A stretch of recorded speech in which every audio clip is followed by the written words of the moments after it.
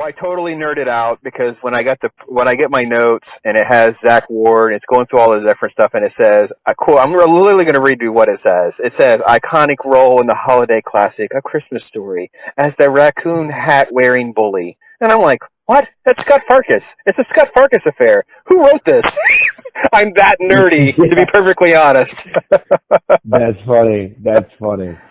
I sent a text to my daughter and said, I get to interview Scut Farkus today, and all I got was like exclamation points and smiley faces. You're sort of kind of like this legend where there's debate on what day are we going to watch it first, and we watch it on Christmas Eve. So is it kind of weird having that sort of like in the beginning of your career, like it's so far back and yet people are still talking about it? Yeah, isn't that crazy? For me, it's become part of my life. There's no way I could separate myself from A Christmas Story. We're one the same. But in the beginning, it wasn't like that. Nobody cared. When the movie first came out, nobody reacted. I took a girl on a date to go see A Christmas Story. I was 14 years old. She was really pretty. She was French-Canadian. I was really nervous. We watched the movie, and afterwards, I said to her, I said, so what did you think? And she looked at me and said, well, I don't like you so much. And she left and got in the subway. So that's how much of a big star I was when I was a kid. Nobody cared. 20 years later, it's a very odd, quirky film, right? It took a while. Yeah. Yeah. Yeah, well, it wasn't just that. It's like it came out in theaters, didn't have a huge push, okay? Then it did fantastic on VHS, and then it had the 24-hour marathon on TBS. And here's why I think people like it. It's not about the Red Ryder BB gun. Yeah. That's not what the movie's about. The movie is about earning your father's respect. Everybody wants that. Everybody wants that moment.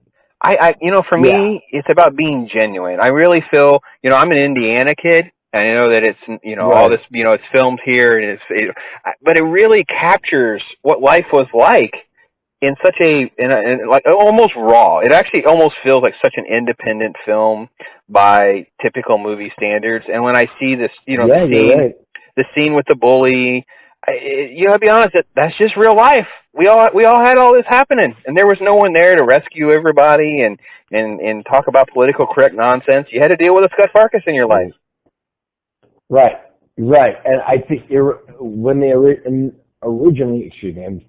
when they originally pitched the film, it was they described it as the original two-fisted, red-blooded American Christmas. That's good.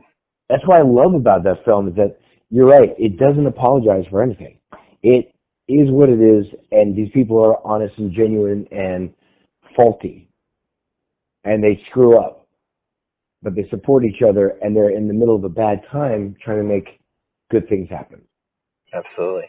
Good stuff. That's great. It's so funny how, I don't know if you saw it recently, but there was something called A Christmas Story Live on Fox. Did you see that? Yeah. Oh, yeah. Yeah, we watched it. Yeah. Yeah, it was horrible. It was a mess. It was just horrible. So was the sequel, like Christmas Story 2. It's like, what are you doing? Why are we doing this? Yeah. Yeah, and also the way they did it is like nobody ever watched the first one. Like it's as if they decided Spider-Man was now a middle-aged housewife with cats. Like, no, you have to stick to the canon of the story. And it's funny because on a Christmas Story Live, they changed everything. They made it schmaltzy and soft and apologetic and weak and biting and hateful of each other. Yeah, you're right. And they thought they were being politically correct, and what they were was being soulless and weak. And the audience said, "No, thanks. We're a click. We're good." Well, and because we all have that.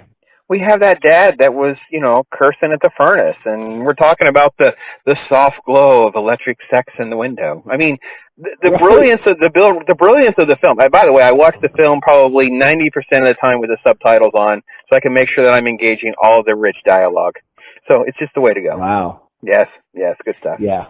I know, I'm uber nerd. Even Zach's like, he's too much for me. He's too much. No, it's not. I'll be honest. Again, it's like, I'm 48 years old. I did that movie when I was 13. That's 35 years ago. Yeah. And to be part of something that is adored, that's shared by grandparents, parents, children and their children.